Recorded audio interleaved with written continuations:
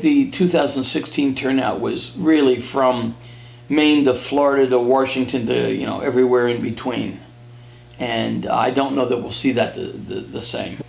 What was really striking to me was there was a guy in the borough of Northumberland down at the main intersection where you can go down to Shamokin Dam or over the bridge. Right. And this guy was there every day with Trump signs and yard signs, handing them out to people on his own. He was not an organized person in politics. And he was doing a real business just handing out yard signs to people who would stop along the side of the road to pick up a yard sign. And I stopped and talked to him. He was just an average guy that was fed up, had never been involved in politics, and he decided he was going to do something about it. That's an incredible phenomenon in American politics. Yeah. So I was convinced that Trump was going to surprise a lot of people. The midterms are always a complicated picture. I just can't wait till Tuesday night in November about 1 o'clock in the morning when we start making sense of it. Casey has incredible incumbency. I think he has a lot of money, union money that'll... A lot of money. Yes. Yeah. And Bob Casey's kind of like Punxsutawney Phil. Every so often he emerges from his hole in the ground and he makes himself known, and in his case it's every 6 years. And so this is an election year and we finally hear from Bob Casey.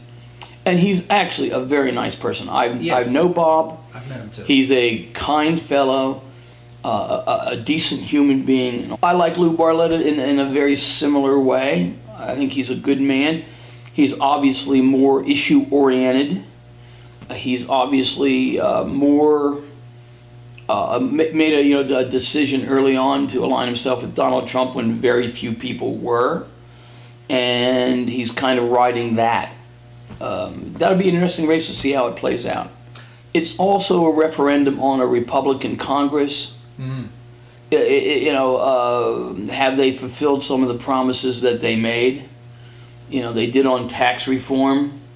I think that made a lot of people happy. And they were not able to repeal Obamacare, which made a lot of people unhappy. I like the tax cuts. They were very beneficial to a lot of people, me included, our family included, and many other people.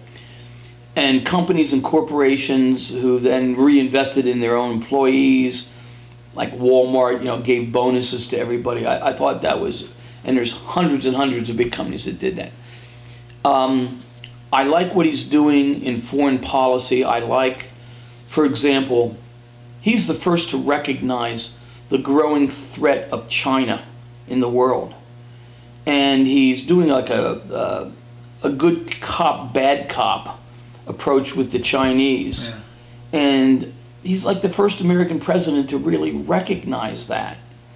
And if you're in Asia, and I've been there as recently as last year, it's very obvious that Chinese are a huge threat.